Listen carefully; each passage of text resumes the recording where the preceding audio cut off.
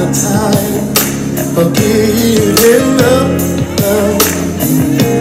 This is not your place where you should be. No,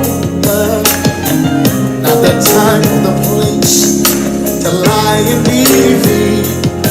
You gotta hold on. You got to be strong. This is not the time to question your faith. This is not your place of destiny. No, it isn't, no, no. It's not the time or the place to throw in the towel. You gotta hold on. You gotta be strong. Sometimes you win, sometimes you lose. It's a part of life that everyone goes through.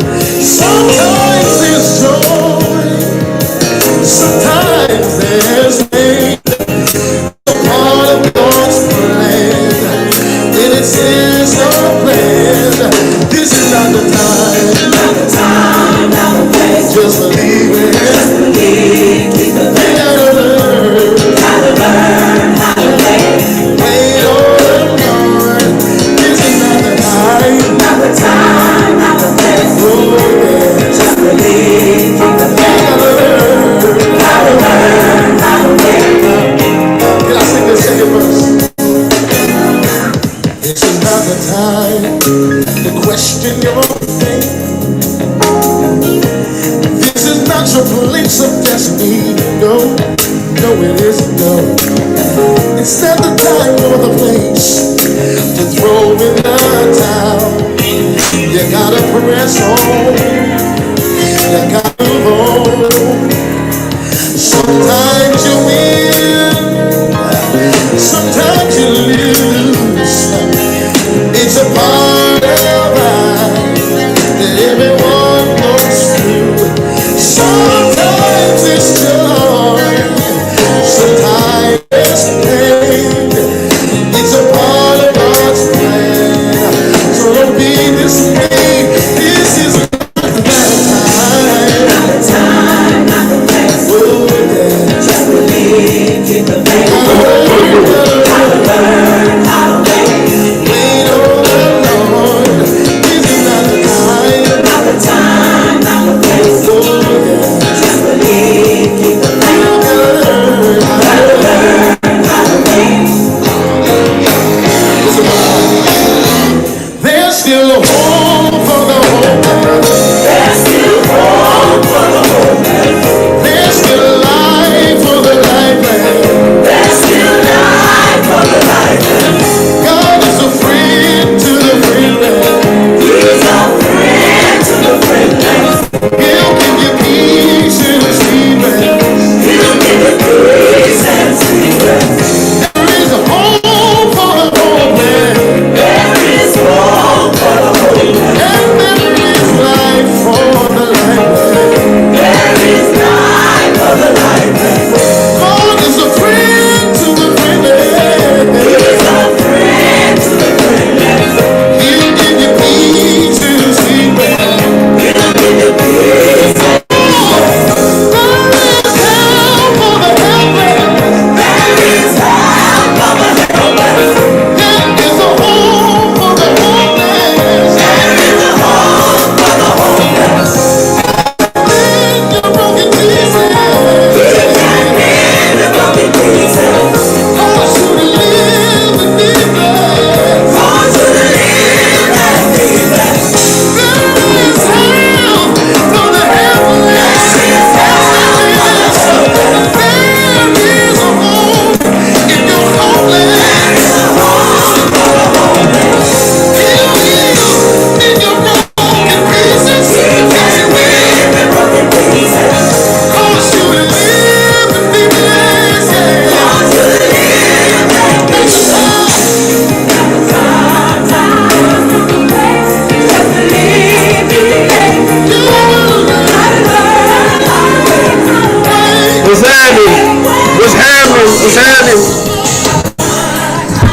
What's happening? Can y'all hear me? Can y'all hear me?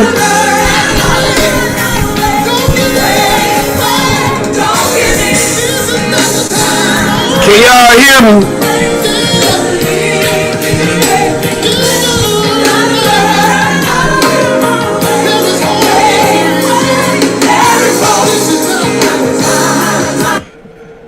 Man, we had to start off on that motherfucking bridge. But with no further ado, man, I am your gracious host, Mr. Trent St. James, up in the motherfucking building. And in case you did not know, you can support, listen, donate, like, subscribe to this platform or any of my platforms. I am the founder, the creator, the lead researcher, the architect of Grad School, the Penn News Network, Parental Advisory Podcast. Yes, many soldiers have changed rank, but the army is still intact. Did legal reviews, things like that.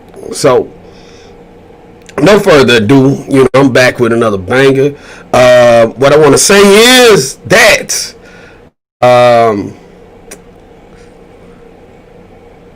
we got some things going on in this country. It's a very pivotal time in our country, and it's a lot that's going on and a lot that we just don't have any type of insight about.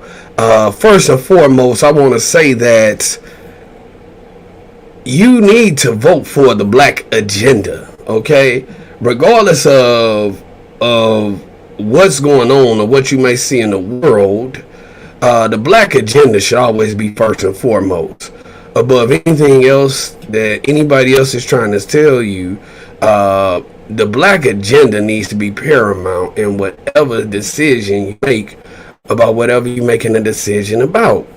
You understand? Let me go back over here. Yeah, whatever you making your decision about, let the black agenda be paramount in that decision. I decided last week to run for president of these United States. Many people think that it's a far-fetched idea. However, we know that Jesse Jackson ran for president back in 1988. And if Jesse Jackson with his rhyming dictionary could for president up against against George Herbert Walker Bush, then why can't I run for president? That was what my thought process was. I said, if he can do it, I sure as hell can run for president. It's just a thought, just something for people to put into their peace pipe and to smoke that, So, what I am running for as a write-in candidate for president of these United States. And, before I get into it, then I want to roll out what my black agenda is going to be. Okay? I want to roll out what my black agenda is going to be. Donald Trump, he started running for president as a joke. And he became president. Donald Trump's orange ass ran for president as a joke. If Donald Trump pale ass could run for president and he could win, I think that y'all should vote for me. I think that at the very least I could just do as bad as Trump did. What do you have to lose? 1 second, we'll respond back to these text messages.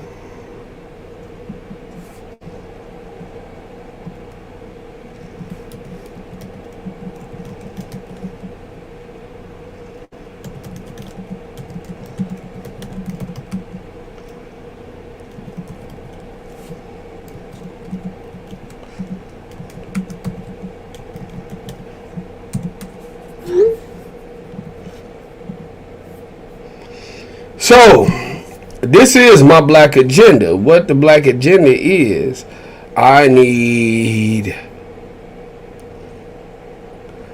quantifiable resources in various forms allotted specifically for American descendants of slavery. These are land allotments, government grants for the purposes of starting off and operating businesses, reparation payments for chattel slavery, the transatlantic slave trade, the second Middle Passage, the third Middle Passage, contraband camps, the sabotage of Reconstruction, and the Freedmen's Bureaus, the Freedmen's Banks, failure to uphold the 1866 Indian Treaty, the Black Codes, Jim Crow, extrajudicial murder in the form of thousands of lynchings, extrajudicial illegal civil asset forfeiture, redlining, work and job discrimination, gerrymandering, and all other state-sanctioned act of racial terrorism against and towards Native American, Black, or African descendants of slavery.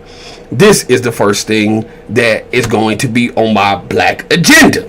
Okay, those of y'all who are just tuned in, Demetra dipped in chocolate, Mo Lovely Beauty, Miss Fat, Miss Wanda, Chi-Town's finest, if you still up in the building, reach out and say yes. Common sense, I don't know if you in here, you was up in here early. Somebody reach out to a neighbor, tell a neighbor I said he will do it. Okay, I can do it. Vote Trent for your president 2020.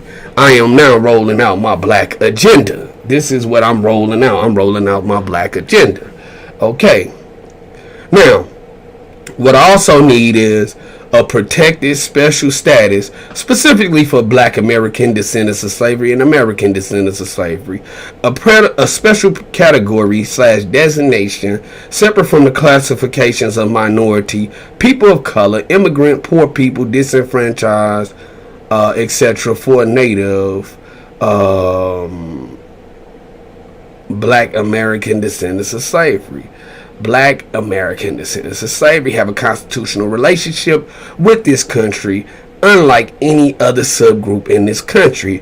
This is to be recognized. Okay, so what we need is legislation in the form of acts to grant Native Black American descendants of slavery special status, special allotments of certain tax exemptions, exemption from particular laws, edicts, policies, etc. that may be discriminatory in nature towards Native Black American descendants of slavery, including prison loopholes in the 13th Amendment, which is also retroactive, stiff and harsh penalties for those entities, organizations, and individuals or agencies who attack and harm Native Black people. I will do it. Okay. And I need an international military tribunal controlled and operated by Native American descendants of slavery to uphold and reinforce and enforce decisions, penalties for those entities, organizations, individual agencies who attack and harm Native American descendants of slavery. Special recognition from both state and local governments, as well as recognition on the world stage. Third, I want to repeal and overturn the decision of Dred Scott, or the Supreme Court of the United States decision to uphold the Dred Scott / Sanford ruling that no black person had any rights, that any white person was bound to listen to, that they had to listen to. Number 4, I need restitution payments and allotments in various forms for the obliteration and destruction of Native American descendants of slavery communities across the nation during the late 19th century to early and mid 20th century, separate from any other payments and allotments for the descendants of those tragedies and the Native American descendants of slavery that have resided in these areas for more than 3 generations. This is my black agenda. This is my black agenda. Make sure when y'all go to them polls, you don't vote for Trump. Don't vote for Biden Harris. But vote for Trent in my cabinet. Because listen, if they can fuck up this thing, what's the worst I can do? Okay? I come from the ghetto, straight off the north side of St. Louis. Ruskin, to be exact. Geraldine, Crib Hood, goddamn it. By way of Jennings, Missouri, J-Town, for those of y'all who know about it. Those of y'all who new to it, true to it. 10 Dub, those are my friends, those are my partners. Acme, good fella, I came up with all of these guys. If Trump can fuck it up, what's the worst I could do? I could go through here, I could look at these policies, I could have America back profitable in about 10 goddamn years. But they don't give a nigga that long on the job. So I will get this bitch back rolling in about 5 of them things. When we come in, the first day, we rolling back all of this bullshit. We rolling back all of it. Why do we need it? If we don't need it, it must go. If it ain't for the people, it must go. Okay? I ain't talking about a socialist agenda. I don't know shit about no socialism. I don't know shit about that. In the words of R. Kelly, I don't know how to hog tie nobody. I don't know how to hog tie nobody. They're going to say that I'm a racist, that I'm a separatist. But I don't know what the fuck they talking about. Neither should you. Neither should you. Okay. With no further ado, let's really get off into this this vice presidential debate. Of USA Today, it is my honor to moderate this debate, an important part of our democracy.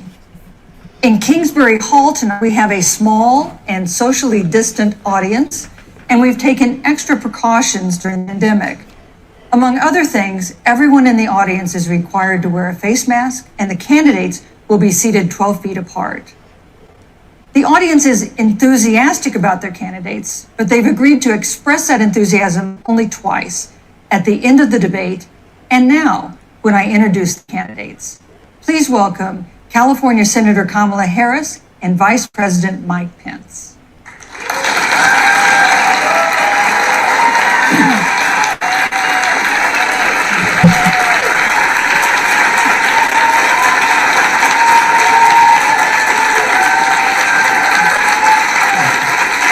Thank you.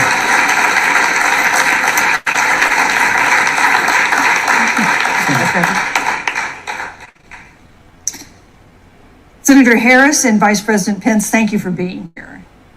We're meeting as President Trump and the First Lady continue to undergo treatment in Washington after testing positive for COVID-19.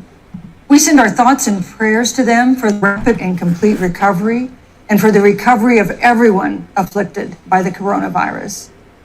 The two campaigns and the Commission on Presidential Debates have agreed to the ground rules for tonight. I'm here to enforce them on behalf of the millions of Americans who are watching. One note, no one in either campaign or at the Commission or anywhere else has been told in advance what topics I'll raise or what questions I'll ask. This 90-minute debate will be divided into 9 segments of about 10 minutes each. I'll begin a segment by posing a question. That's the first fucking lie. Okay, that's the first fucking lie. They know exactly what the fuck they gonna be asked. Okay, they know exactly what they gonna be asked. To each of you, sometimes the same question, sometimes a different question on the same topic. You will then have 2 minutes to answer without interruption by me or the other candidate. Then we'll take 6 minutes or so to discuss the issue. At that point, although there will always be more to say, on to the next topic. We want a debate that is lively, but Americans also deserve a discussion that is civil. These are tumultuous times. Hey, but shout we out. can and will have a respectful exchange. Shout out to my ambassador of Foreign Affairs, Bird. Let's begin with the ongoing pandemic. Ambassador that of has cost Foreign our country Affairs. So much. Senator Harris, the coronavirus is not under control. Over the past week, Johns Hopkins reports that 39 states have had more COVID cases over the past 7 days than in the week before. 9 states have set new records. Even if a vaccine is released soon, the next administration will face hard choices. What would a Biden administration do in January and February that a Trump administration wouldn't do? Would you impose new lockdowns for businesses and schools and hotspots? A federal mandate to wear masks? You have 2 minutes to respond without interruption. Thank you, Susan. Well, the American people have witnessed what is the greatest failure of any presidential administration in the history of our country. And here are the facts. 210,000 dead people in our country in just the last several months. Over 7 million people who have contracted this disease. 1 in 5 businesses closed. We're looking at frontline workers who have been treated like sacrificial workers. We are looking at over 30 million people who in the last 7 months had to file for unemployment. And here's the thing. On January 28th, the vice president and the president were informed about the nature of this pandemic. They were informed that it's lethal in consequence, that it is airborne, that it will affect young people, and that it would be contracted because it is airborne. And they knew what was happening and they didn't tell you. Can you imagine if you knew on January 28th, as opposed to March 13th, what they knew, what you might have done to prepare? They knew and they covered it up. The president said it was a hoax. They minimized the seriousness of it. The president said, you're on one side of his ledger if you wear a mask, you're on the other side of his ledger if you don't. And in spite of all of that, today they still don't have a plan. They still don't have a plan. Well, Joe Biden does. And our plan is about what we need to do around a national strategy for contact tracing, for testing, for administration of the vaccine, and making sure that it will be free for all. That is the plan that Joe Biden has and that I have, knowing that we have to get a hold of what has been going on and we need to save our country. And Joe Biden is the best leader to do that. And frankly, this administration has forfeited their right to re-election based on this. Thank you, Senator Harris. Vice President Pence, more than 210,000 Americans have died of COVID-19 since February. The U.S. death toll as a percentage of our population is higher than that of almost every other wealthy nation on earth. For instance, our death rate is 2.5 times that of Canada next door. You head the administration's coronavirus task force. Why is the U.S. death toll as a percentage of our population higher than that of almost every other wealthy country? And you have 2 minutes to respond without interruption. Susan, thank you. And I want to thank the Commission and the University of Utah for hosting this event. And Senator Harris, it's a privilege to be on the stage with you. And our nation has gone through a very challenging time this year. But I want the American people to know that from the very first day, President Donald Trump has put the health of America first. Before there were more than 5 cases in the United States, all people who had returned from China, President Donald Trump did what no other American president had ever done. And that was he suspended all travel from China, the second largest economy in the world. Now, Senator Joe Biden opposed the decision. He said it was xenophobic and hysterical. I can tell you, having led the White House coronavirus task force, that decision alone by President Trump bought us invaluable time to stand up the greatest national mobilization since World War II. And I believe it saved hundreds of thousands of American lives. Because with that time, we were able to reinvent testing. More than 115 million tests have been done to date. We were able to see to the delivery of billions of supplies so our doctors and nurses had the resources and support they needed. And we began really before the month of February was out to develop a vaccine and to develop medicines and therapeutics that have been saving lives all along the way. And under President Trump's leadership, Operation Warp Speed, we believe we'll have literally tens of millions of doses of a vaccine before the end of this year. The reality is, when you look at the Biden plan, it reads an awful lot like what President Trump and I and our task force have been doing every step of the way. I mean, quite frankly, when I look at their plan that talks about advancing testing, creating new PPE, developing a vaccine, It looks a little bit like plagiarism, which is something Joe Biden knows a little bit about. And I think the American people know that this is a president who has put the health of America first, and the American people, I, with my heart, can be proud of the sacrifices they have made. It's saved countless American lives. Senator Harris, would you like to respond? Before they get off into that, I've been over here taking my ghetto notes, man. Y'all know Trent keep these ghetto notes, all right? So, first off, Kamala Harris just got outclassed by Mike Pence. I don't give a fuck what people talking about a fly being on his head, any of that. What's going on, Nicole T? Nicole T, everybody say hi to Nicole T in the chat. However, she just got outclassed. But let's get to really chopping this thing right now. Right? With the Democrats, what we see is this same failing strategy again and again and again. Whenever you watch CNN, that's a Democratic news affiliate that is going to give you the Democratic news. What the Democrats like to do is they like to appeal to your emotions. However, we're all adults here. We're all, grown, functional adults. We don't need a bunch of sugarcoat. We don't need people trying to appeal to our emotions. We don't need people over here trying to finesse us. Bitch, give us the bad news or whatever. Surgery hurts. However, once you get the change from surgery, your wounds will eventually heal.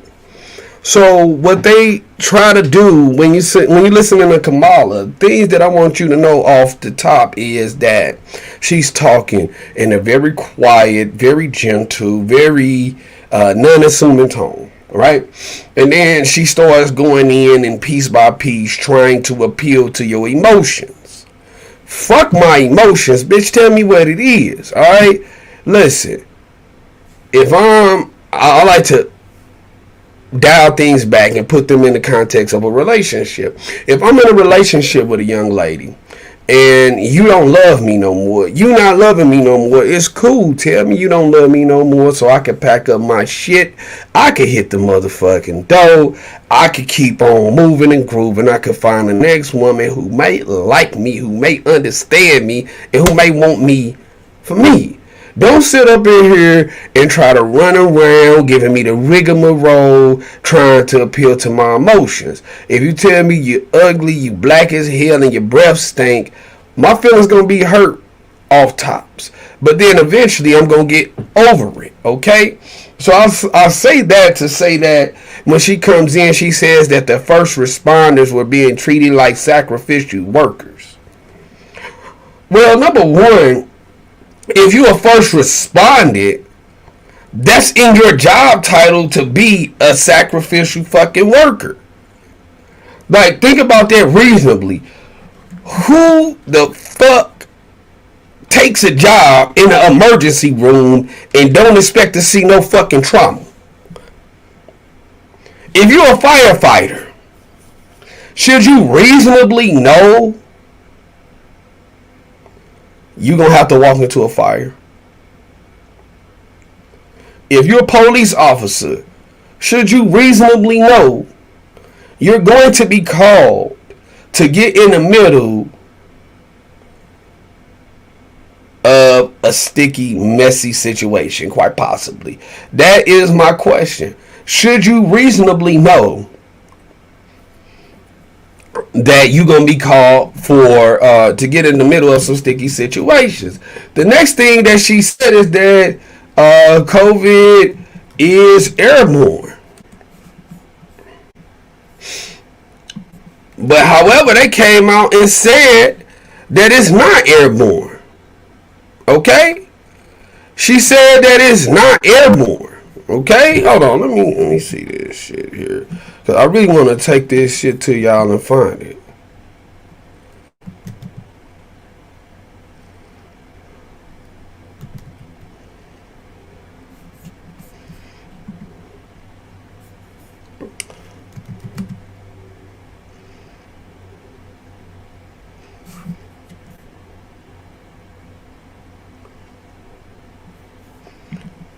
Okay. So right here. Here you go. Right here. This is straight from the CDC's website. And I want y'all to read this. It says the epidemiology,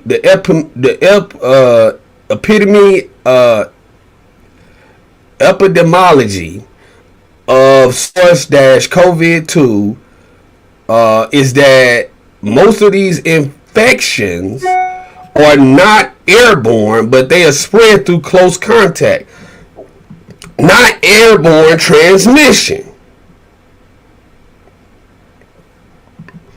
And this is straight from the CDC's website. Okay, I'm gonna put this in a link right here. Okay, hold on. Let me make this shit big for y'all. Okay, it indicates the infections are mostly spread through close contact and not through airborne transmission at all. This is from the CDC. Okay, if y'all want to read more on that, here's the link right here. I am live on 3 different channels right now. So, on each one of these channels, it is on there. Okay, but the reality of it is that Juicy Love, come on in. Listen, COVID ain't spread through that. Then the third thing that Kamala said was that she said, well, the White House knew in January that COVID was here, but they waited until March to do anything. Well, number one, like, let's really get through chopping that. Okay, it takes a while to put a plan in place. Okay, number two is whenever Trump has tried to put wide sweeping things in order, then the Democrats have gave him pushback at every step along the way. And so what are you to do? I mean, look how long they've been sitting here debating whether or not we was going to get a second stimulus check. Do y'all know that it still is companies that have closed forever that aren't coming back because of the coronavirus? I want y'all to really put that in y'all peace pipe and smoke that shit. There are some companies that went away that will never return. Think about that. These companies will never return because of corona. Really marinate on that. So I'm saying that to say that there's a necessity for the second stimulus package. But with that being said, if you take from January to March to roll out a plan, so the fuck what? How was that going to change anything? And then when the Democratic presidential nominee, okay, the Democratic presidential nominee said that you were xenophobic for wanting to take wide sweeping measures to lock down your borders. What are you supposed to do within reason? That is a question. And then she said that they need to forfeit re-election. Well, my question to Kamala Harris was, did you forfeit to bring those charges against black people that were out there in the state of California when the police were corrupt, when the police had gave false information, when the medical examiners had tampered with the evidence that was a part of your case? You did not forfeit the case. You did not, as a district attorney or attorney general, forfeit your cases, but you were telling them to forfeit a presidency. That shit don't make sense. Okay. Then they asked the second thing, which is, why is the death toll higher than every other country? Well, when you look at the places that's hardest hit by COVID, these are the places where there are more foreign immigrants than any other place. New York, Chicago, LA. you have more foreigners than anybody else, and then these are all port cities, all border cities, all places where immigrants come in and then they set up shop at. Okay, I can't say it no differently. Chicago is like New York Junior, basically. Chicago is the third largest market in the United States. It's bigger than Miami, bigger than Dallas, bigger than all of that. These are the places most affected by Corona. Okay. Then it says that he suspended. Well, New Orleans is the smallest market in it. New Orleans is the smallest major city and the smallest major market in the United States. Yeah, they the smallest major market. But it is a lot of quadroons, a lot of different folks. But you have to keep in mind, Miss Fat, is that the thing that makes New Orleans an integrated city, if you will, is different than what makes New York integrated. Like, you got a lot of Haitian influence, a lot of Caribbean island influence down there, whereas when you dealing with the other major cities, LA, New York, Chicago, Miami, etc. on over, then these are places with Europeans and Asians, so it's a little bit different, right? So some folks, they got South America, which y'all more South Central America, Caribbean islands down there in New Orleans. However, but they suspended the travel from China. And what he goes on to explain, what they don't want to understand is that what Mike Pence is saying is real. Okay, China owns a lot of the U.S. Okay, most of your trade, most of your commerce, most of your foreign marketing is coming from China. Your exports is coming from China. How many of us have gone into the grocery store or the department store or the hardware store or any type of store, and things that they would have had this time last year, they normally don't have them right now. Things are out of stock like crazy because you have cut off your main trade source. Okay, the reason why Haiti is in a fucked up position today, because y'all got to keep in mind, the Dominican Republic and Haiti is all one island. The reason why Haiti is different than the Dominican Republic is because after the French government lost the war, the Battle of 1804, to Dessalines and the Haitians, they cut off all trade routes to Haiti. And that essentially made that nation deteriorate in a matter of 100 years. And so, again, when what we're seeing with the United States happening, this is the reason that it's going on, is because you cannot just sit up in here and day one say, we're going to cut off our main trading partner. That shit makes no fucking sense. However, we will continue. Let's get to chopping these fables. By the way, vote for me as a write-in candidate.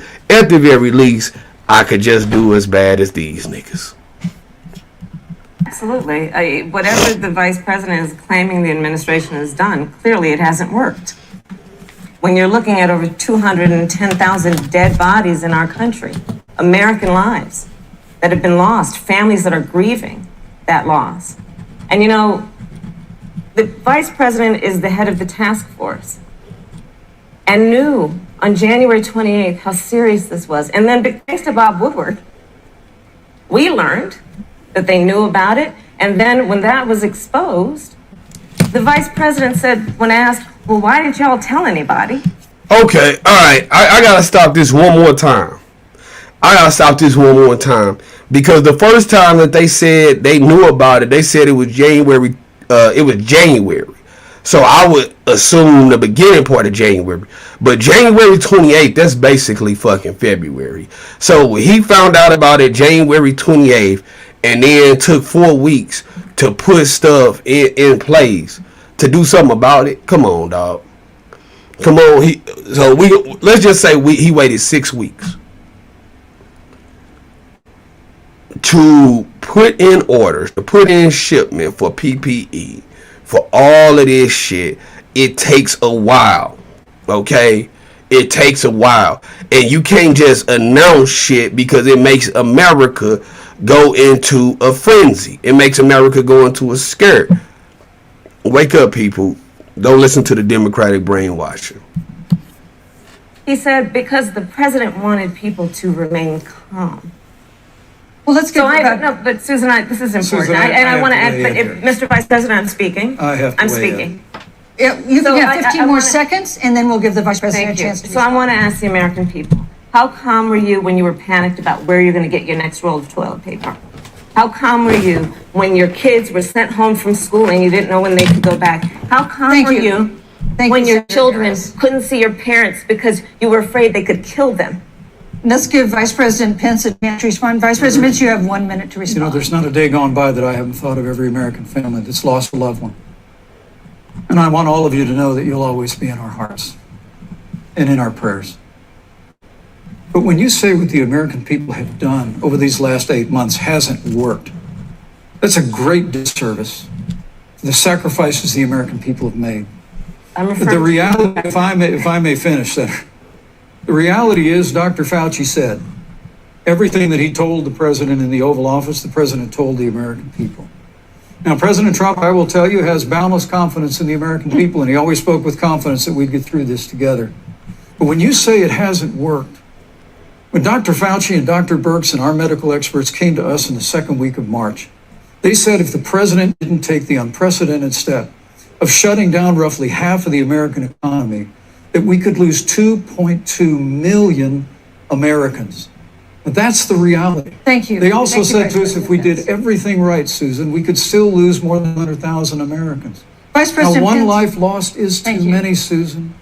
But the American people, I believe, deserve credit for the sacrifice that they have made, putting the health of their family and their neighbors first, our doctors, our nurses, our first Thank you, Vice responders. President Pence. And I'm going to speak up on behalf of what the American people have done. Vice President Pence, you were in the row in a Rose Garden event 11 days ago at what seems to have been a super spreader event for senior administration and congressional officials. No social distancing, few masks, and now a cluster of coronavirus cases among those who were there. How can you expect Americans to follow the administration's safety guidelines to protect themselves from COVID? Listen, they said one thing that I want to respond to real quick. Now, if Dr. Rouse and Dr. Fauci estimated a $2.2 million death toll, a 2.2 million person death toll, and 210,000 people have died, then that's about 10%. And so it's going to be casualties in any war. These are just the facts. It's going to be casualties in any war, and I'm still going to rest on this. The Democrats did not want to lock down the borders from any foreign threat vectors or threat agents. They didn't want to do it. The U.S. did not want to do it. Okay, moving right on along. Point number 2.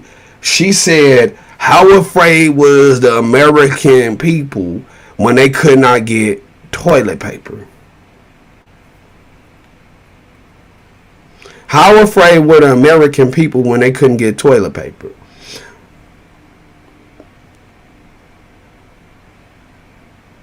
If your ass was afraid because you could not get toilet paper, you's a motherfucking fool. Okay?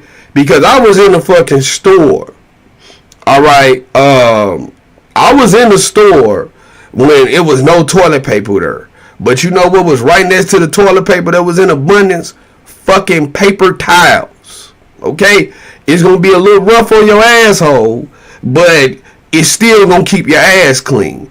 Or you could buy Kleenex, okay? It ain't the same consistency, but if you get 4 or 5 of them motherfuckers up there and wipe your ass, then it's gonna get the job done. So if you are afraid because your ass could not get toilet paper, you is officially a dumb motherfucker. You stupid as hell. If you afraid because you couldn't get no fucking toilet paper, get the fuck up out of here. That's some bullshit. But let's move on along. When you at the White House have not been doing so? Well, the American people have demonstrated over the last 8 months that when given the facts, they're willing to put the health of their families and their neighbors and people they don't even know first. President Trump and I have great confidence in the American people and their ability to take that information and put it into practice. In the height of the epidemic, when we were losing a heartbreaking number, 2,500 Americans a day, we surged resources to New Jersey and New York and New Orleans and Detroit. We told the American people what needed to be done, and the American people made the sacrifices. When the outbreak in the Sun Belt happened this summer, again, Americans stepped forward. But the reality is the work of the President of the United States goes on. A vacancy on the Supreme Court of the United States has come upon us, and the President introduced Judge Amy Coney Yes, Barrett. thank you. Thank you, Vice President. At Yes. that, if I may say, that Rose Garden event, there's been a great deal of speculation about it. My wife Karen and I were there and honored to be there. Many of the people who were at that event, Susan, actually were tested Yes. for coronavirus, and it was an outdoor event, which all of our scientists regularly and routinely advise.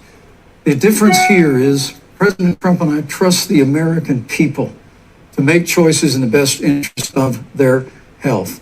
Joe Biden and Kamala Harris consistently talk about mandates, and not just mandates with the coronavirus, but a government takeover of healthcare, Thank the you, Green Vice New Deal, all government control. We're about freedom and respecting the freedom of the American people. Let's talk about respecting the American people. You respect the American people when you tell them the truth. You respect the American people when you have the courage Which we've to be a always leader, done. speaking of those things that you may not want people to hear, they need to hear so they can protect themselves. That is very, very, very ballsy coming from Kamala Harris, because she has not told the American public the truth. You ain't tell the American public that you fucked your way to the top. You ain't tell them the fact that you was fucking on Willie Jones and that's how you come straight out of college and get $500,000 worth of jobs as a young starting attorney, and that you got to be the board director and the sanctioner of specific opportunities that somebody else who was going up through the normal processes, who was not fucking and sucking their way to the top, would have had to go through. You suck dick to get to where you are. You did not go through the ranks. And so when you come up here and you begin talking about what should be said, what should not be said, you not being honest when you are trying to run on what you're going to do for prison reform, but you not talking about all of the black men that you threw in prisons when you knew that it was wrongful convictions out there and you failed to overturn those wrongful convictions.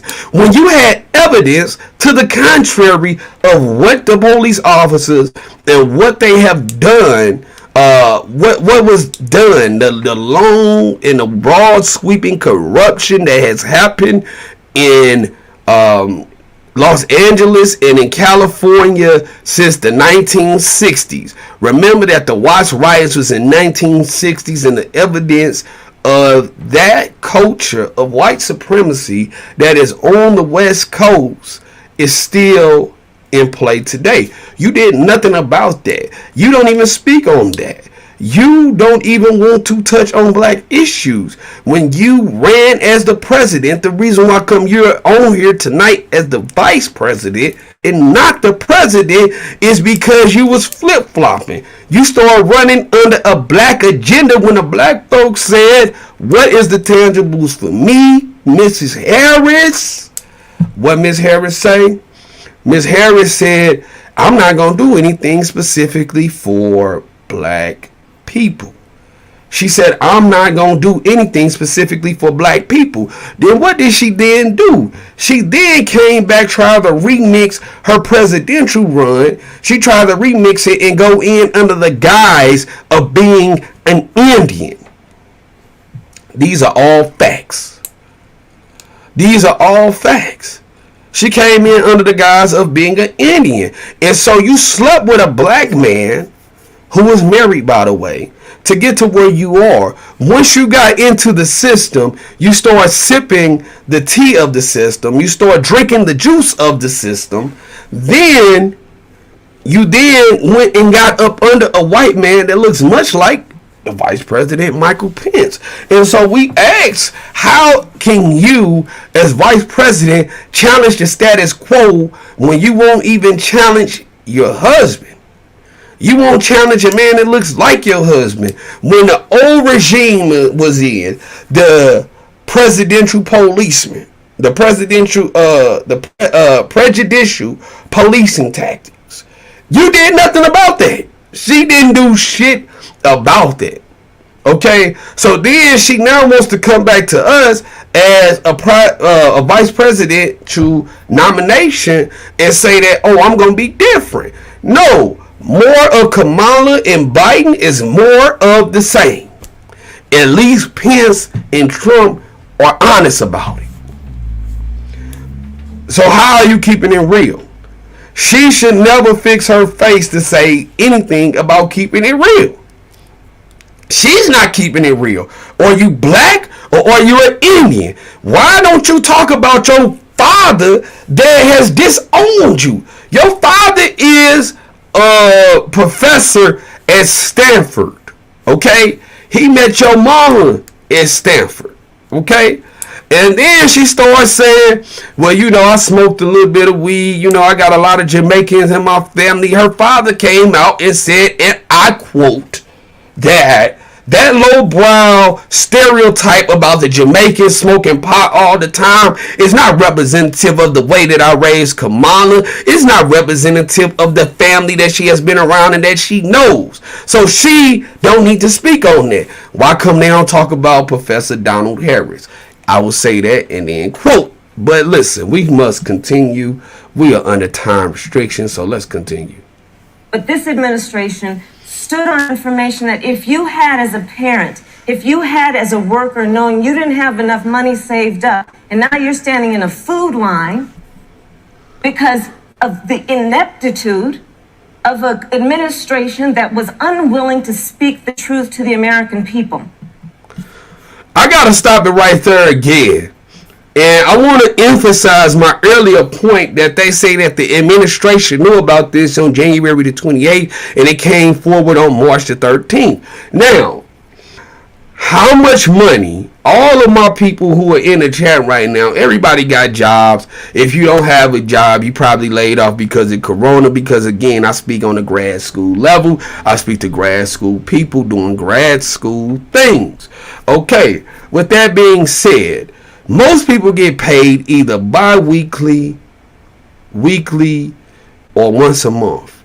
How much money was you going to be able to save within reason from January 28th to March the 13th?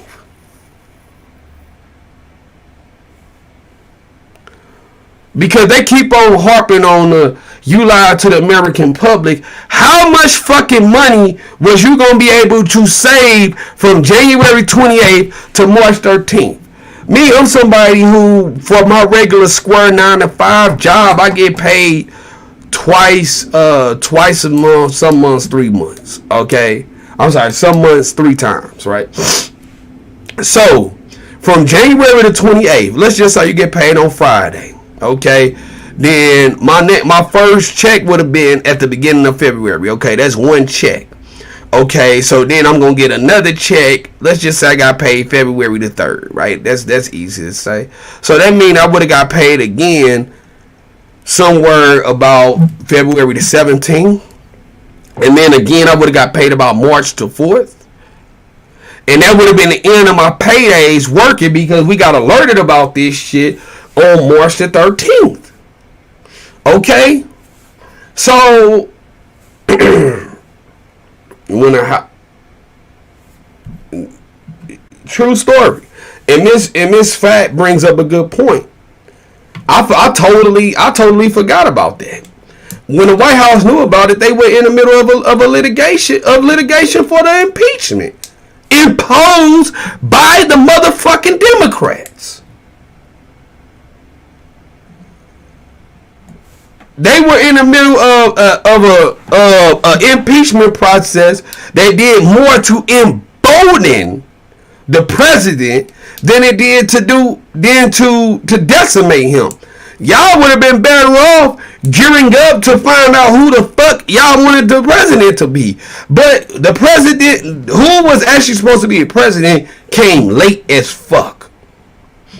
It came late as fuck. They were more focused on impeaching Trump, which they failed at, which they knew they was not going to be successful at, because the motherfucking Republicans had to take part in it, and then they kept on doing a motherfucking wild goose chase, a witch hunt to try to get Trump, and still couldn't get him, wasting our taxpayer dollars. All of that money that they wasted on Trump could have been a stimulus package. Then when they finally rolled out the first stimulus pack, let me explain something. The Democrats do a bunch of socialist shit. When you hear these politicians talk about socialists, that means that the government gonna do anything from you. Okay, that means the government is gonna do everything for you. Alright, and what the Republicans is saying now, we aid and assist, we'll provide programs, but man, some of this shit gonna come down to you, and you gonna either have to scheme, rob, steal, or kill, goddamn it, to get what you need to get. These are just facts. I'm just keeping it real with my people. What they are saying is that no, let the government sit back and let the government do everything for you. Okay, and so a lot of the things that these folks, the Democrats, when I'm saying these folks want to do, is all egotism. They blame the Republicans for brewed egotism, for arrogance. Okay, but then what most of that first stimulus package was Democratic egotism, arrogance, and self-indulgence. Okay, that's what most of that first Corona bill was. Period. I'm just keeping it real with y'all. I'm just telling y'all the facts. All right. When we get to where we at? We at about an hour now. When we get in here about an hour 20, hour 30, we're going to cut this thing off. We're going to come back later, finish this thing up. We chopping this shit up into smaller segments these days. But anyway, so when you got that first stimulus package, most of that shit, it was pork, it was bacon, rib tips, pig snouts, hog head cheese. That's what most of the first stimulus package was. They don't want to tell you that. They think that you should not know. But most of that first stimulus package was all fluff. It was, here goes some money to some little senator over in Kentucky, so you could go and build a cathedral, or you could go and build another wing onto the University of Kentucky that's in your name, by the way, or go and build this public park that's gonna have your name on it. Come on, man. So let's continue going on. So let's talk about caring about the American people. The American people have had to sacrifice far too much because of the incompetence of this administration. It is asking too much of the people. Susan, we talked about It is asking too much of the people. That they would not be equipped with the information they need to help themselves to protect Susan, their parents and their I'm children. sorry. Kamala Harris, Senator Harris, I'm sorry. It's fine, I'm Kamala. No, you're Senator Harris to me. For life to get back to normal, Dr. Anthony Fauci and other experts say that most of the people who can be vaccinated need to be vaccinated. Half of Americans now say they wouldn't take a vaccine if it was released now. If the Trump administration approves a vaccine before or after the election, should Americans take it, and would you take it? If the public health professionals, if Dr. Fauci, if the doctors tell us that we should take it, I'll be first in line to take it. Absolutely. But if Donald Trump tells us that we should take it, I'm not taking it. Vice President Pence, there have been a lot of repercussions from this pandemic. In recent days, the president's diagnosis of COVID-19 has underscored the importance of the job that you hold and that you are seeking. That's our second topic tonight. It's the role of the vice president. One of you will make history on January 20th. You will be the vice president to the oldest president the United States has ever had. Donald Trump will be 74 years old on Inauguration Day. Joe Biden will be 78 years old. That already has raised concerns among some voters, concerns that have been sharpened by President Trump's hospitalization in recent days. Vice President Pence, have you had a conversation or reached an agreement with President Trump about safeguards or procedures when it comes to the issue of presidential disability? And if not, do you think you should? You have 2 minutes without interruption. Well, Susan, thank you, although I would like to go back. I think we need to move on to the issue of but I would like to go back because the reality is that we're going to have a vaccine, Senator, in record time, in unheard of time, in less than a year. We have 5 companies in phase 3 clinical trials, and we're right now producing tens of millions of doses. So the fact that you continue to undermine public confidence in a vaccine, if the vaccine emerges during the Trump administration, I think is unconscionable. And Senator, I just ask you, stop playing politics with people's lives. The reality is that we will have a vaccine, we believe, before the end of this year. And it will have the capacity to save countless American lives. And your continuous undermining of confidence in a vaccine is it's just unacceptable. And look, Mike Pence is out here finessing like a motherfucker. Let me get real close so y'all can hear me. Mike Pence is out here finessing like a motherfucker. When you hear him, well, you know, Senator, quit playing games with people's lives. Fuck up out of here, Pence. Pence want us to believe this bullshit, man. Listen, first off, my question to the Trump administration is, where the fuck did y'all come up with these vaccines at? Phase 3 of a clinical trial. The FDA take 5 years to approve or something. So how the fuck did y'all get all of this stuff up here? There you go. Cashbag Mookie on to something. Cashbag Mookie is on to something. How the fuck did y'all get this stuff passed through the FDA, passed through all of these clinical trials without nobody noticing? And if y'all could expedite the process to corona virus vaccine, which essentially has taken 8 months for y'all to come up to this, then y'all can't do that shit for AIDS. What about diabetes mellitus? What about cystic fibrosis? What about polio? What about cancer? What about cerebral palsy? Parkinson's? Spinal meningitis? High blood pressure? Y'all could get drugs pushed all the way through these clinical trials in 8 months, something that's normally a 5 or 6 year process. Y'all could do 8 months when y'all want to. Don't make no sense. There you go. let me also say, the reality is when you talk about failure in this administration, we actually do know what failure looks like in a pandemic. It was 2009. The swine flu arrived in the United States. Thankfully, it ended up not being as lethal as the coronavirus. But before the end of the year, when Joe Biden was vice president of the United States, not 7.5 million people contracted the swine flu. 60 million Americans contracted the swine flu.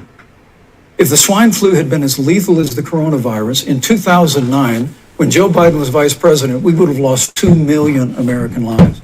His own chief of staff, Ron Klain, would say last year that it was pure luck that they did, quote, everything possible wrong. And we learned from that. They left the Strategic National Stockpile empty.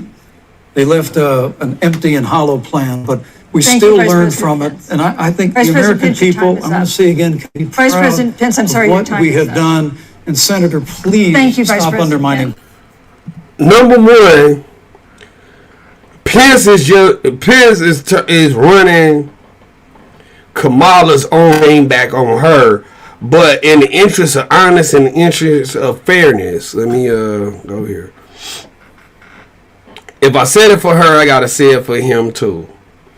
All right, they need to stop with this bullshit. What I mean by that is, when the swine flu hit, he keeps talking about if it was as deadly as the coronavirus. Well, it wasn't. That's number one. And if 60 million people got infected, but 2 million people would have died, then that's less than 10%. That's less than 10%. The same way 2 million people contracted corona and 210,000 died. Less than 10%. These are casualties.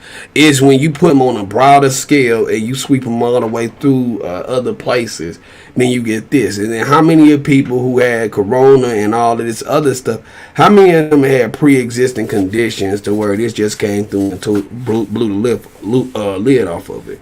COVID-19 was nothing but a setup to shut down the Democrats in office and to indict celebrities and politicians. There we go. All right, let's go here. Confidence in a vaccine. Senator Harris, let me ask you the same question that I asked Vice President Pence, which is, have you had a conversation or reached an agreement with Vice President Biden about safeguards or procedures when it comes to the issue of presidential disability? And if not, and if you win the election next month, do you think you should? You have 2 minutes uninterrupted. So let me tell you, first of all, the day I got the call from Joe Biden, it was actually a Zoom call. Asking me to serve with him on this ticket was probably one of the most memorable days of my life. I thought about my mother, who came to the United States at the age of 19, gave birth to me at the age of 25 at Kaiser Hospital in Oakland, California. And the thought that I'd be sitting here right now, I know would make her proud, and she must be looking down on this. Joe and I were raised in a very similar way. We were raised with values that are about hard work, about the value and the dignity of public service, about the importance of fighting for the dignity of all people. And I think Joe asked me to serve with him because, I have a career that included being elected the first woman district attorney of San Francisco, where I created models of innovation for law enforcement in terms of reform of the criminal justice system. I was elected the first woman of color and black woman to be elected Attorney General of the state of California, where I ran the second largest Department of Justice in the United States, second only to the United States Department of Justice. And there I took on everything from transnational criminal organizations to the big banks that were taking advantage of homeowners to for-profit colleges that were taking advantage of veterans. And then, of course, now I serve in the United States Senate as only the second black woman ever elected to the United States Senate. I serve on the Senate Intelligence Committee, where I've been in regular receipt of classified information about threats to our nation and hotspots around the world. I've traveled the world. I've met with our soldiers in war zones. And I think Joe has asked me to serve with him because he knows that we share a purpose, which is about lifting up the American people. And after the 4 years that we have seen of Donald Trump unifying our country around our common values and principles. Thank you, Senator Harris. She just turned me off right there. I'm going to let Pence respond, and then we're going to close down this first session today, and we're going to come back later on this afternoon and do the part 2 of this. But she said, the first thing that she said is me and Biden, we were raised the same way. Hmm? Bitch, what the fuck you talking about? Hmm? Maybe I'm too ghetto. Maybe I'm too hood. I'll take that. Maybe I'm too ghetto and I'm too hood. But bitch, how the fuck did a 50-something-year-old black woman get raised the same as a 80-year-old white man? Bitch, that don't even make sense. The fuck? Me and Biden was raised the same way. Y'all hear that bullshit this bitch said? What? No, nobody should vote for her based on that alone. Her values. 80 years ago, what was going on in the world? 78 years. Hold on, my daddy's 65, so 1940. Let's see something right quick. Let's see something.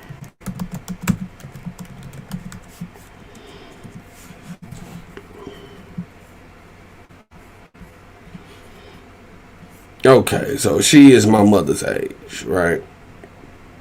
Okay, so she's my mother's age. So she 55. Okay, so this woman.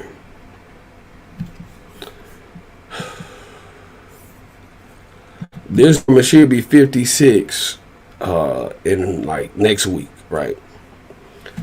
She was raised on the same values as Joe Biden. She just told you how she feels about black people. Let's not forget that her mother was an immigrant as well as her father. And everybody know, all of the ladies, we got a bunch of black ladies here. The black ladies, y'all have dated an African or a Jamaican or something like that. A lot of sisters date the Africans and the Jamaicans. What do they do? Them Jamaicans and them Africans, they hit you with the they hit you with the island swag, the calm shit, the Zuzu, Wawa, all that shit. They hit you with all of that, and then the sisters wind up backing off of them Africans and them Jamaicans. I'm talking about American black women. I ain't talking about the foreign black women. Americanized black women. They don't wind up fucking with them foreigners because they be left field. Okay, and so her mama came over. Her mama was a white Indian, so she says. And when her daddy met her, the Harris guy, then the mother, they was together, they got married, and then they fell apart or whatever. And the mother describes the relationship as horrible.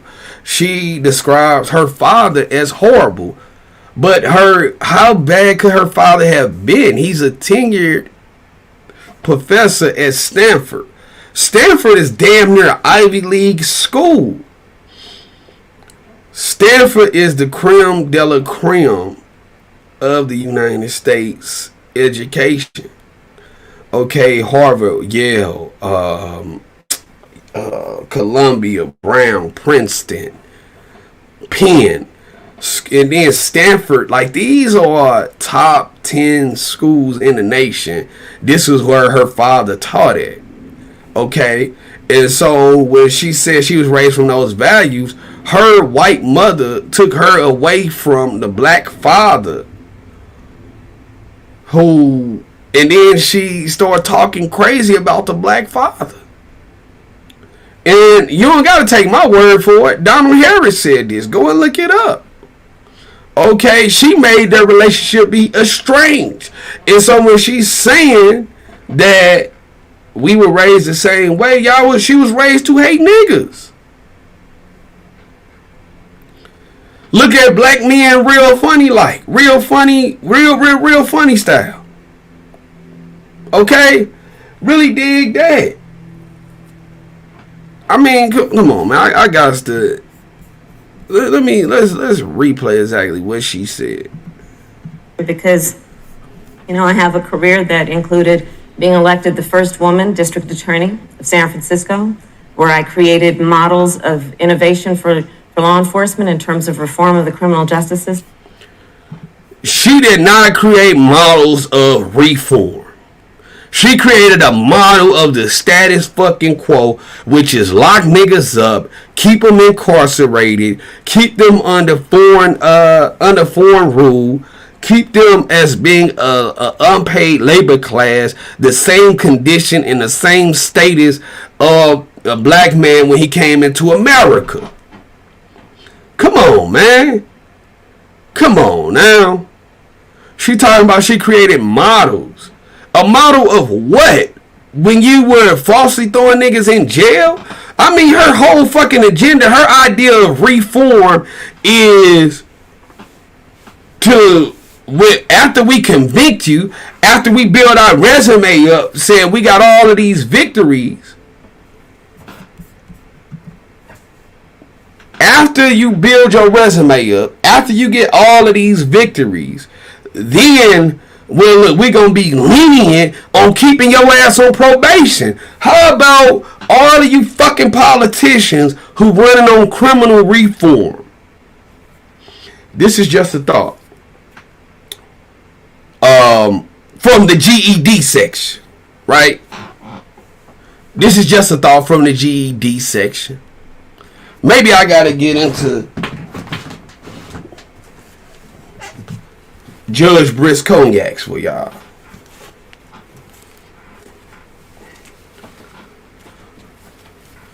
This is just a thought from the GED section. Fuck is my gavel, man? Just a thought from the GED section. Hold on, y'all. Let me find my motherfucking gavel. And so it was rude that instead of being lenient on convictions and sentencing of Negroes, that you don't convict niggas in the first fucking place. What boat, what train, what plane, what automobile do black folks own that has black folks created? Okay? What have black folks created? Okay? The crack in America came from the president, Ronald Reagan, to fund his Iran-Contra war. Oh, how soon we forget. But instead of sentencing these people that did these heinous things, okay, can y'all go the same way that they go back and overturn convictions and shit of black folks once they dead? How about we go back and we overturn some of the bullshit that was going on? Shit, dude. Fuck. Quit updating me with this shit. How about we go back and we impeach Ronald Reagan in his motherfucking grave? How about we go back and impeach Nixon in his motherfucking grave? How about we strike them as two United States presidents? Because if the president is bringing crack into the country and then they specifically place crack in the ghetto, then what is somebody that is devoid and the fucked up opportunity supposed to do other than sell this motherfucking crack to make an opportunity? Deprivation was the precursor to the drug dealing culture.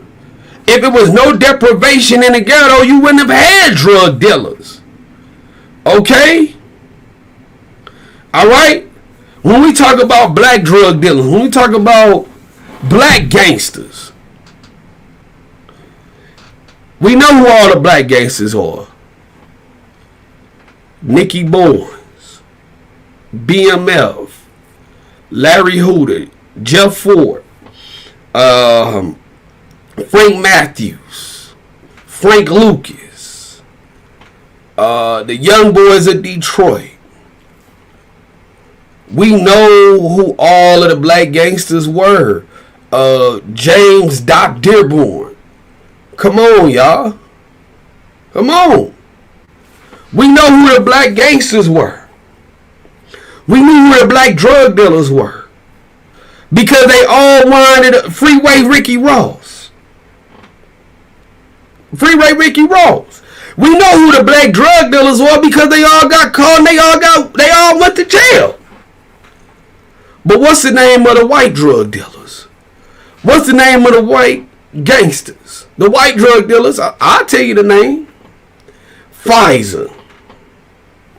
Procter & Gamble. Dig that. Fisher. JP Morgan Chase. Andrew Carnegie. George Washington. John Adams. John Quincy Adams. Thomas Jefferson. Ronald Reagan. Donald Trump. George Herbert Walker Bush. Preston Bush. These were the white gangsters. So why come the white gangsters' fate is different than the black gangsters' fate? Until you start getting a presidential nominee that's talking about what the real motherfucking issues are, we as an American people, as a black American people, will continue to be fooled. We will continue to be hoodwinked. We will continue to be bamboozled. We will continue to be led astray. We will continue to be up shit's creek without a motherfucking paddle. This is what they're trying to serve us. Kamala Harris is running as though she is some reformist, as though she is against the system, when all of her action has shown that she is of the fucking system. Everything she has done has shown that she is of the system, that she is for the system, that the reason that she is here is because she's most advantageous and most opportune for the system. These people, they want us to go in and vote for them blindly. I'm better than this one, or I'm better than this one. How about as black people, we reserve our vote? I'm running as a write-in candidate. I don't really expect to win the presidency of the United States of America, but I'm running as a write-in candidate. I'm running as a write-in candidate to say, if we as black folks, if we don't abstain from voting for the lesser of two evils, we will continue the perpetual cycle that has been going on for years and years. We will continue the going along to get along. When you have politicians that sit up in here and pimp you and say, well, I did this. No. Number one, even when you talk about Big Meech, and you listen to famous Dex or Sosa explain what was going on with BMF, BMF had to go to Mexico to get a plug. El Chapo was the plug. Colombia, I mean, come on, man. Come on. Escobar was the plug. Noriega was the plug. The black gangsters still got they shit from the plug. They don't care about the plug. When they came and they got El Chapo, they got El Chapo because El Chapo refused to play game. Refused to play game. How do we know this? Because it was numerous stories about how El Chapo would be up in Vegas in the casino blowing 30 fucking million. He would be in the casino blowing 30 million. And I'm telling you, all All my partners are gangsters. Smack dab gangsters. And I ain't gotta prove this shit because the streets know it. All my partners are gangsters. I've been street certified since I was 15 years old. And that's real talk. So, as somebody who been in the streets for a long time, been interfacing, fellowshipping with gangsters. Gangsters come knock on my door. Gangsters have a lot of respect for me. I'm telling you, as somebody who'd have been in the FBI crosshairs, you done seen motherfuckers pull up on you in unmarked Infinities, hauling up on you in unmarked Denali's, unmarked minivans. Shit that it ain't got no lights on it. You just start seeing black and blue and red lights coming from the grill, blue and red lights coming from the fucking headlights. I'm telling you, as somebody who done been there, somebody who done seen this shit, that you cannot blow $30 million in a motherfucking casino in Las Vegas and don't nobody know who the fuck you are. Man, get the fuck up out of here. The government knew who the fuck El Chapo was. El Chapo was dealing with the government, man. You ain't spending no 30 fucking million. Number one, how the fuck you roll up someplace with 30 million in cash in the first fucking place? And don't nobody raise an eyebrow? Huh? Huh? When you see something, it's because they put it there. Hello? It's because they put it there.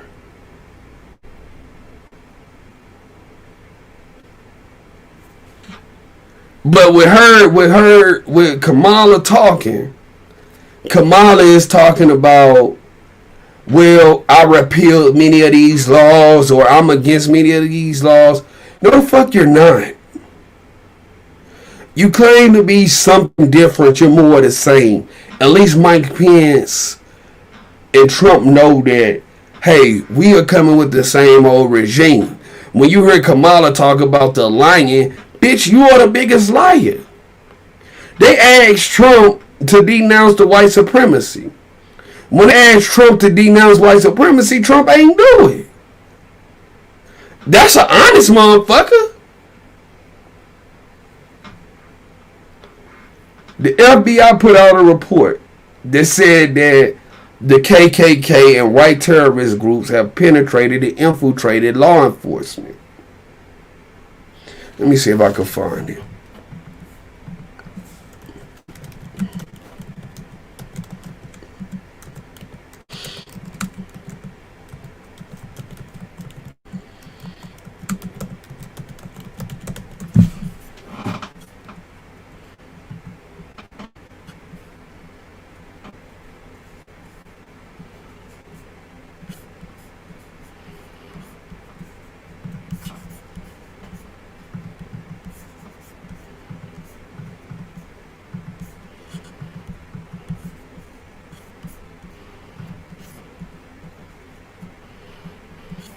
This is from last week. This is from last week.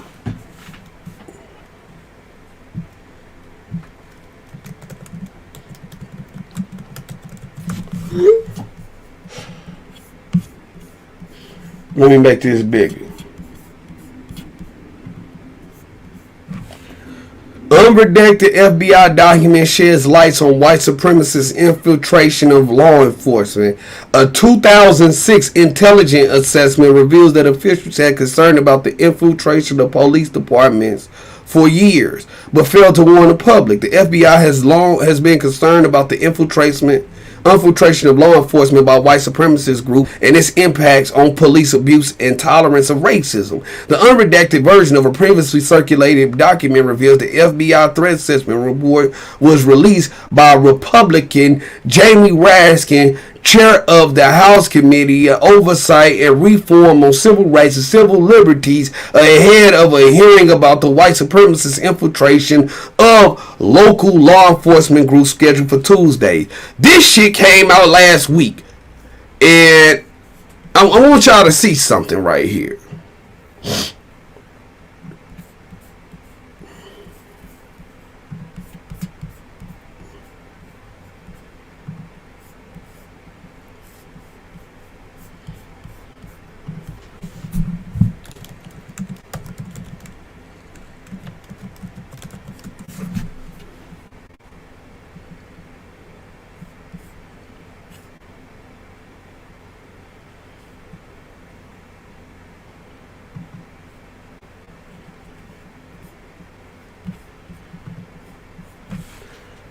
The FBI has penetrated. I'm sorry, the FBI knows that the KKK is the police. The FBI knows that the KKK is the police.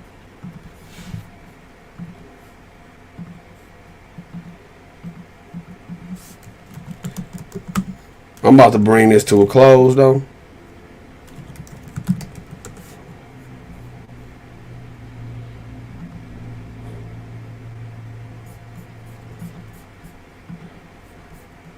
But the New York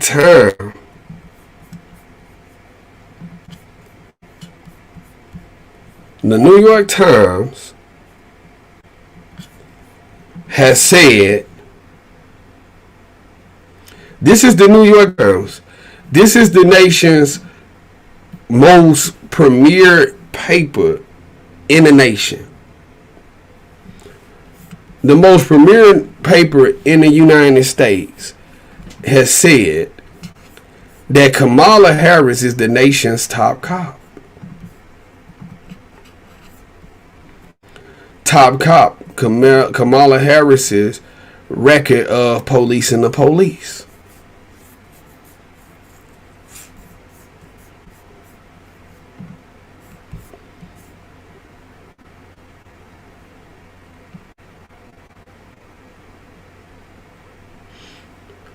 And it goes into all that she has done. All that she has done. It goes into all she did. But she's the nation's top cop. If the FBI has investigated law enforcement, has said that the white supremacists have sided with, or the white supremacists have infiltrated law enforcement,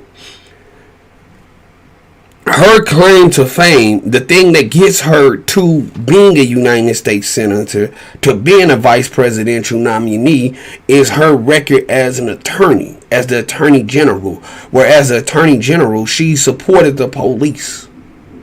Even when there was evidence and the preponderance of evidence that the cops were in the wrong, she still stood by and blindly supported the police that had infiltrated law enforcement. And remember, as we have read in our article right here, that when the FBI infiltrated the police, they knew about this in 2006. A 2006 intelligence assessment reveals officials had concern about the infiltration of the police department for years.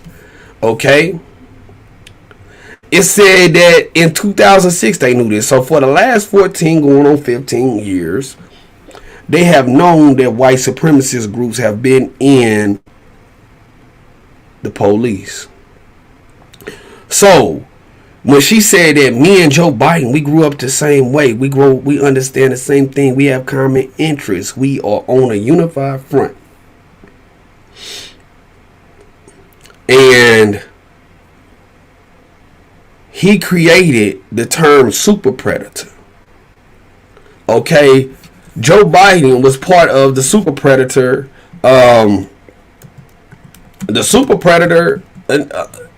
legislation. This is the reason why Hillary Clinton was president.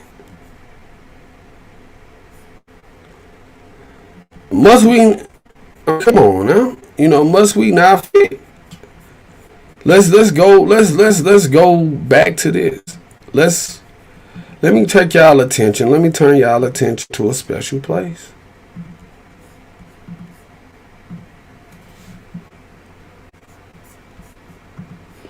One moment, bro. This year, teachers are learning new ways to teach.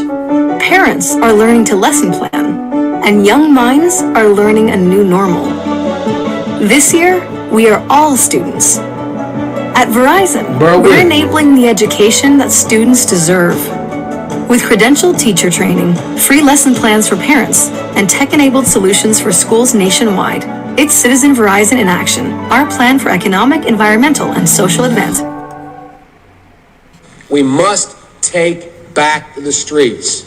It doesn't matter whether or not the person that is accosting your son or daughter or my son or daughter, my wife, your husband, my mother, your parents. It doesn't matter whether or not they were deprived as a youth. It doesn't matter or not whether or not they had no background that enabled them to become socialized into the fabric of society. It doesn't matter whether or not they're the victims of society. The end result is they're about to knock my mother on the head with a lead pipe, shoot my sister, beat up my wife, take on my sons. So I don't want to ask what made them do this. They must be taken off the street. That's number one. There's a consensus on that. Unless we do something about that cadre of young people, tens of thousands of them, born out of wedlock, without parents, without supervision, without any structure, without any conscience developing, because they literally, I yield myself 3 more minutes, because they literally have not been socialized. They literally have not had an opportunity. We should focus on them now. If we don't, they will, or a portion of them will, become the predators 15 years from now. And Madam President, we have predators on our streets that society has, in fact, in part because of its neglect, created. Again, it does not mean because we created them that we somehow forgive them or do not take them out of society to protect my family and yours from them. They are beyond the pale, many of those people. Beyond the pale. And it's a sad commentary on society. We have no choice but to take them out of society. And the truth is, we don't very well know how to rehabilitate them at that point. That's the sad truth. I'm the guy that said, rehabilitation, when it occurs, we don't understand it and notice it. And even when we notice it and we know it occurs, we don't know why. So you cannot make rehabilitation a condition for release. That's why in our system, there's the federal system, you serve 85% of your time. It's a shame, but we don't know how to rehabilitate. But there is a consensus, and I will cease. A, we must make the streets safer. I don't care why someone is a malefactor in society. I don't care why someone is antisocial. I don't care why they've become a sociopath. We have an obligation to cordon them off from the rest of society, try to help them, try to change their behavior. That's why we do in this bill. We have drug treatment and we have other treatments to try to deal with it. But they are in jail, away from my mother, your husband, our families. But we would be absolutely stupid as a society if we didn't recognize the condition that nurtured those folks still exist. And we must deal with that.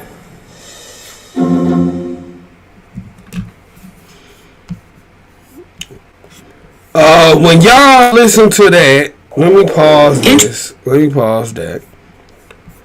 When y'all listen to that, many of y'all ask the question, and rightfully ask, may I add, how is that any different than Trump? How is that any different than Trump? How is what you just heard Joe Biden say any different than Donald Trump? How How many of y'all, and I got 18 people here, I don't mind the low numbers. I really don't, because this is from my heart right now. This ain't about cash apps. This ain't about donations. This ain't about how big my channel can be. How many of y'all was born out of wedlock? How many of y'all mama and daddy weren't married when they were, when you were born? How many of y'all got black sons?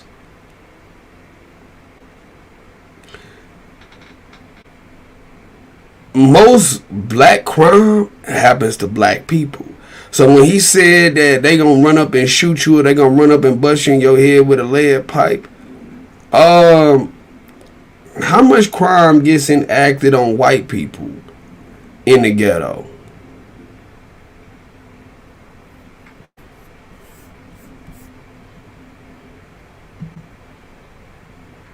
Timony. He was talking about your daddy. He was talking about your brothers and your sisters. Because you were born out of wedlock.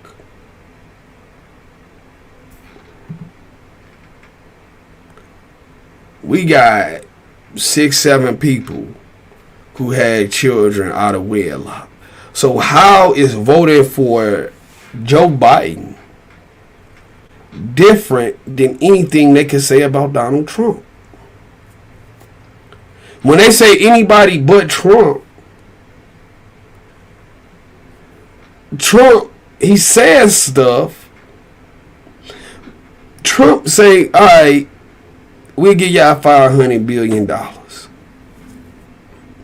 I'm not for Trump. I'm running as a write-in candidate. I think that y'all should vote for me. Don't vote for neither one of these motherfuckers. Vote for me. What's my agenda? We'll figure that shit out when we get there. At the very least, I could only do as bad as they done did. What's going on, Red Buddy? If you got kids out of wedlock, listen, we got more people in the chat. Mine's is born out of wedlock. I'm going to play this for y'all one more time, because I want the new people who done came in here, I really want y'all to listen to what this guy said.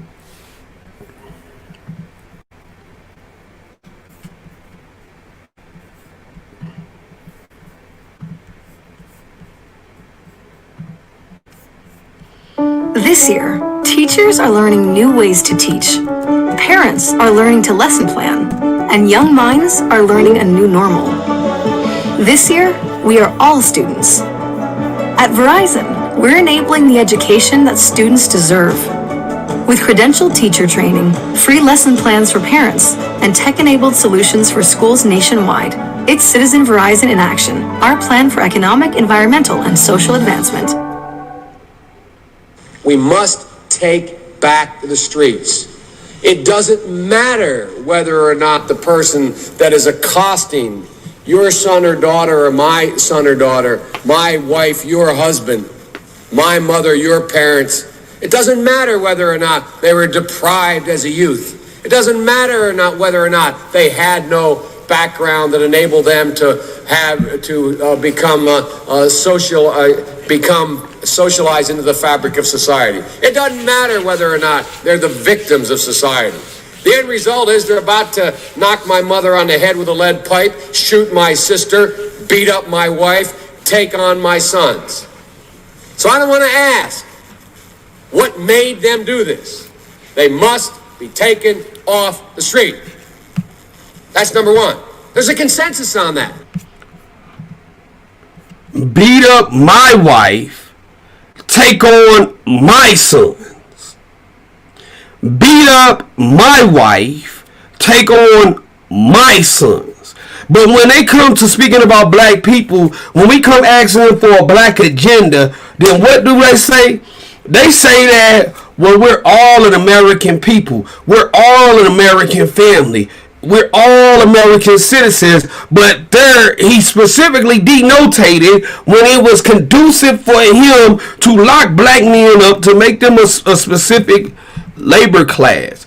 And then he goes on in this clip to say Fuck rehabilitation. Lock the monkeys up. Throw away the fucking key because they need to be in jail. Fuck the fact that we put them in housing projects or what have you. They gave them there with rat infestation, with cockroach infestation. We took away the resources from the ghetto.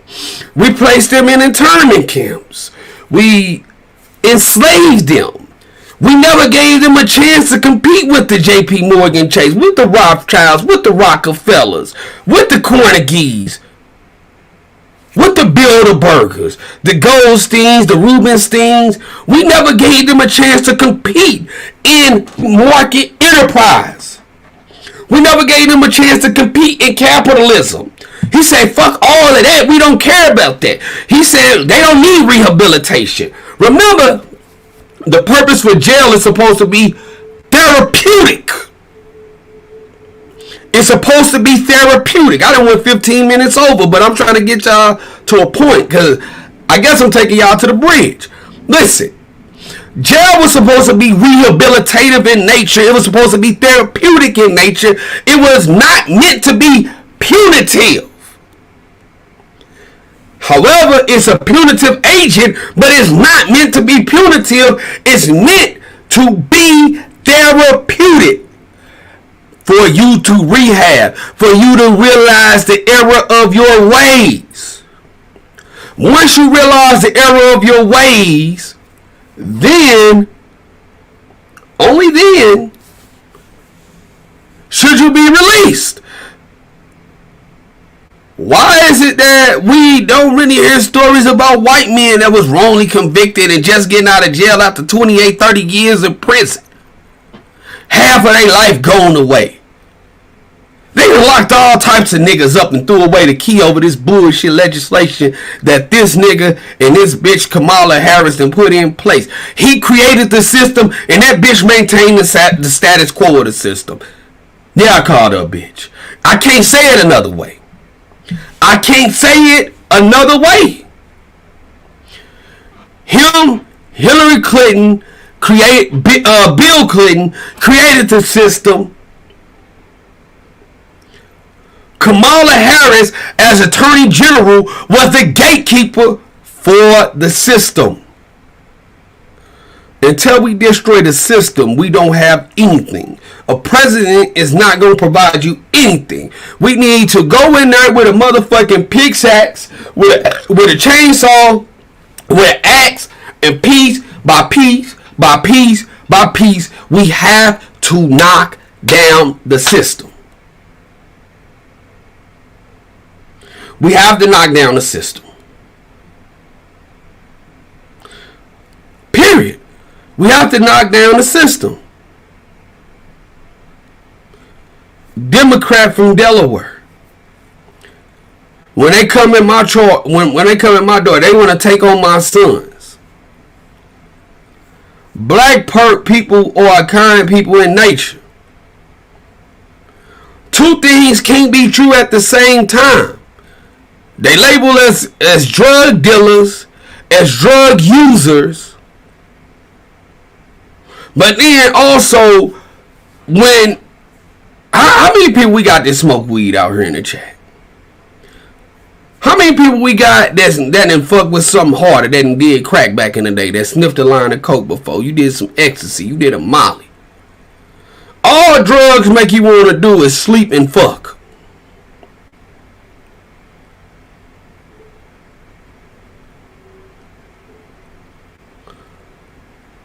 Drugs make you want to sleep and fuck. So if we drug addicts, if we all of these things that they say they are, that they say we are, if we all of these things that they say we are, dig this, then how do you have the energy to go out here and just hit white people in the head? To try to fight Joe Biden's sons. Did he have a son that died?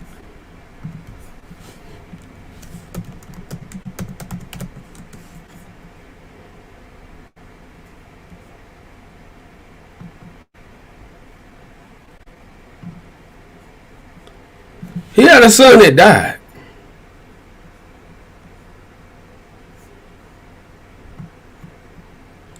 He died of a brain tumor.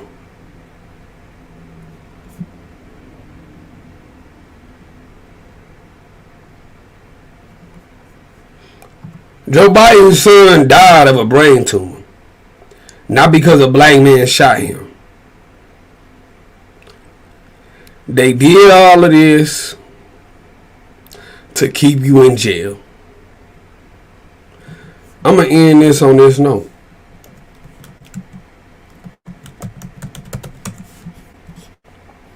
I'm going to take you here. Allah Dana J.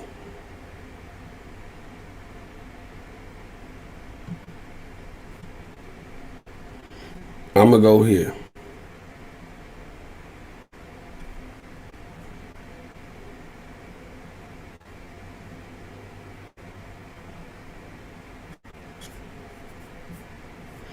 Let's go here. Let's go to history.com.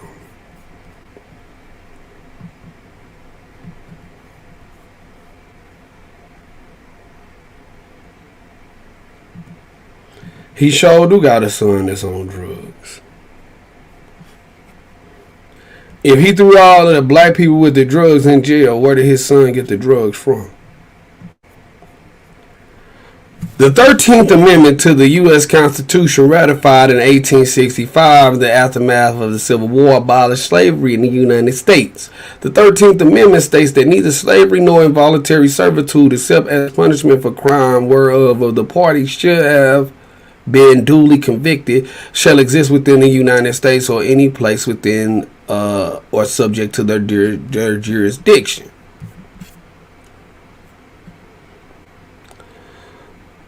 Right here we see why black folks were funneled into jail.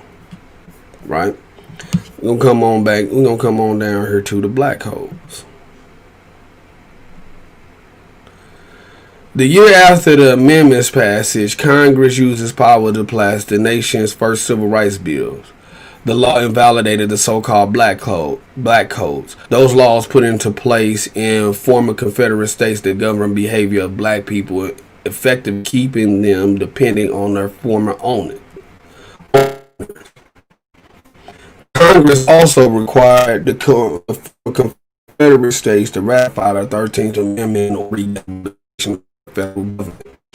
The 14th Amendment is also ratified during the Reconstruction era. The 13th Amendment sought to establish equality for black Americans. Despite those efforts, the struggle to achieve full equality and guarantee of the civil rights of all Americans has continued well into the 21st century. This is from history.com. And so when we see that the black codes was instituted, the black codes was put in place to keep you dependent and reliant on your owner. When they talk about socialism, let me put mine, because I done moved into my professor's sphere today.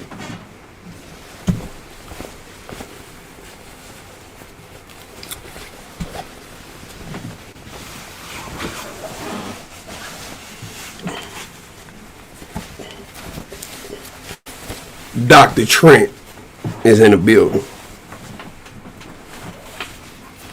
Dr. Trent has arrived.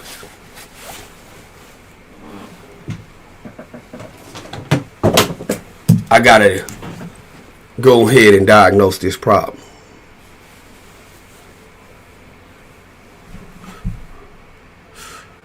Let me put my post on the problem.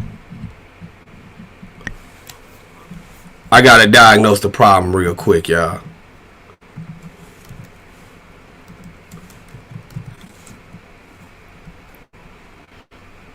I'm putting my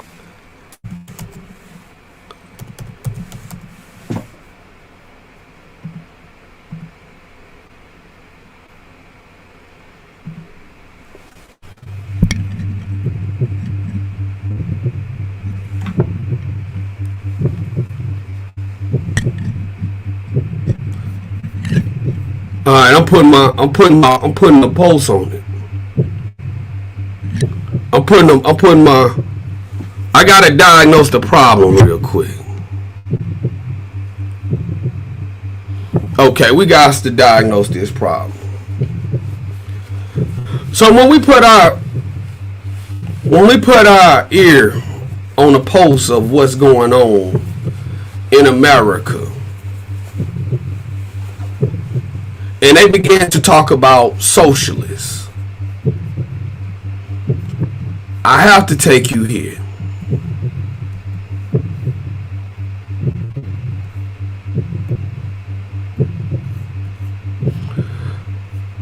The 13th Amendment invalidated the black codes, except for those who were imprisoned, and put laws into place that former Confederate states that governed the behavior of black people and kept them dependent on their former owners. When the Democrats come with these socialist theories, they don't want to give you a piece of the pie. They don't want to talk to you about reparations. When you hear Kamala Harris saying she refuses to give people reparations, or she refuses to do things specifically for black people, when she says she's refusing to do something specifically for black people, it's because they want you to be dependent on your former slave owner. This is real, man. This is real. This is real, man. They want to keep you dependent on your slave owner.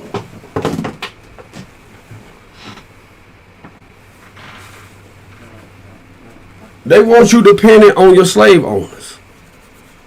This is what they want from you.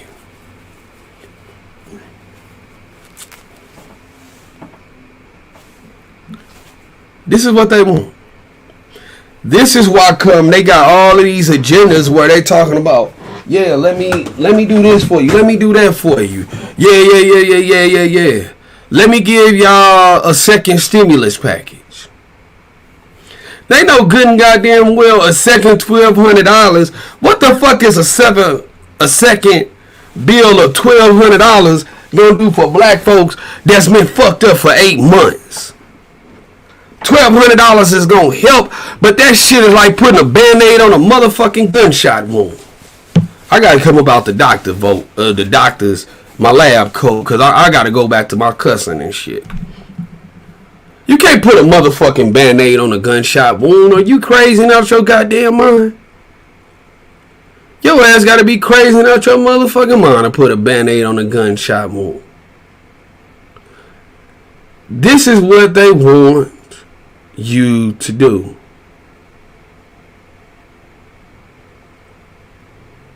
This is what they want from you, man. Come on, man. If you don't know who to vote for, if these people ain't meeting your standards, if these people ain't real, vote for me. Vote for me. Vote for Trent St. James as president of these United States. The shit I'm gonna do. When I get in the office, we need to fucking rip up the whole Constitution. Cause it's flawed. It's a live document. We need to repeal all state laws, all ordinances, all codes, all of these things that are predatory in nature. The very foundational document of the United States was written when you were a slave. So how can anything in the U.S. be for you as black people when you was a slave, when the motherfucker was wrote? Do y'all understand this? We got black people talking about, man, when that second stimulus gonna come. Or, to use a Dubosky term, they got us out here waiting on a motherfucking lifetime check. We've been out here for 8 months corona epidemic. You can't move and groove the way you want to. Me, I gotta go back and I gotta mess with some of my exes or whatever because shit, you can't even get out here and socialize with the bitches right now. Come on, man. I can't even go out here and move and groove. I can't even swerve. Shit. Some of these motherfuckers I be fucking with, I don't even want to fuck with. Shit. I don't even want to fuck with them. Shit, you stuck. We've been stuck in the house so goddamn long. You forced to patch that bullshit relationship you got going on up. Come on, can we keep it real? Can we be honest? Niggas been stuck in a house so goddamn long. Ladies, y'all know y'all had to give some pussy to that nigga. You wasn't even really feeling like that, but shit, you just need to get your rocks off. Cause we been cooped up in the house so long. Come on, man. Then they talking about some a second stimulus check, and they talking about all this bullshit. Bitch, this is Amistad. Give us free.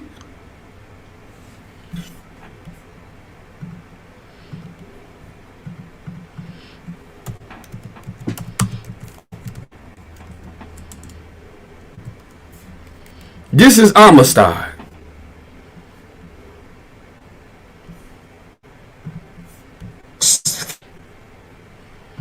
I'm going to take it here, and then your boy Trent is going to sign off for Opinionated for the day. Go ahead. We're going to go here, man. Free. Give us free.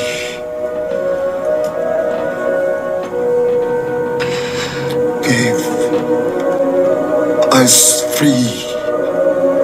Your Honor, please instruct the defendant that he cannot disrupt these proceedings with such outbursts. Give us free. If we are to have any semblance of order in this court, Your Honor. Give us free. Give us free. Keep crying out, give us free, or anything else. Give us I question this witness. Give us free.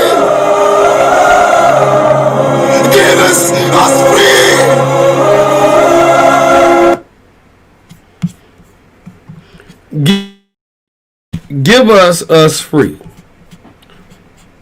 That's the message for today. 1939. A large Give group us of Africans free. are illegally captured. Give us free. With that being said, it's been 2 hours, man. I was only supposed to be on here for an hour and a half. I gave y'all an extra 30 minutes.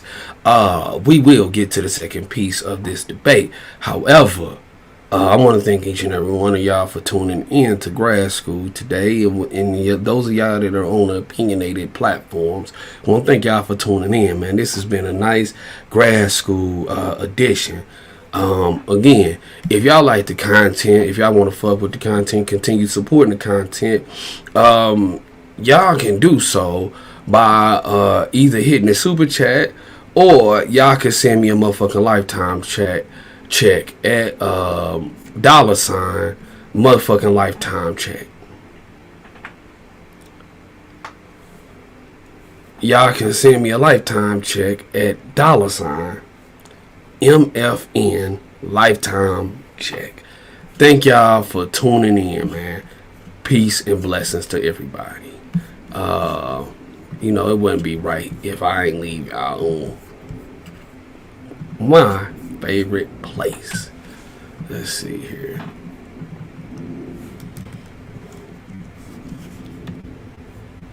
Let me see what I got. I gotta dial up something for y'all.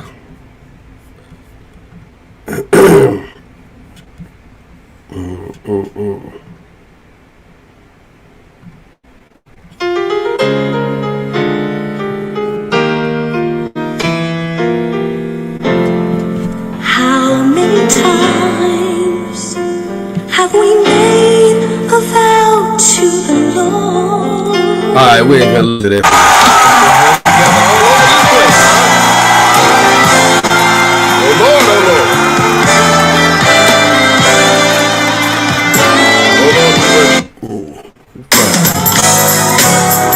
This is where we finna go.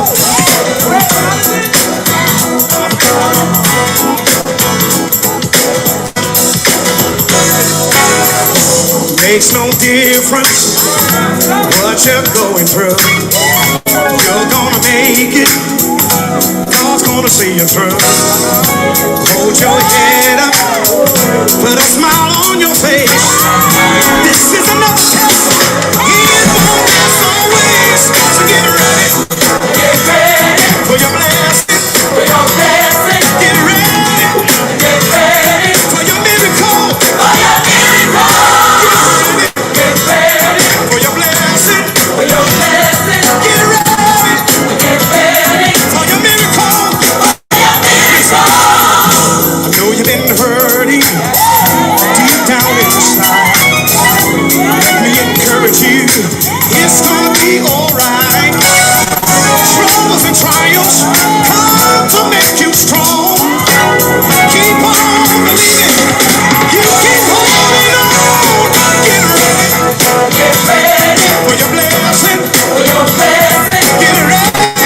Get ready for your miracle. For your miracle. Get ready for your blessing. For your blessing. Get ready. Get ready for your miracle. For your miracle. Thank you, Jesus.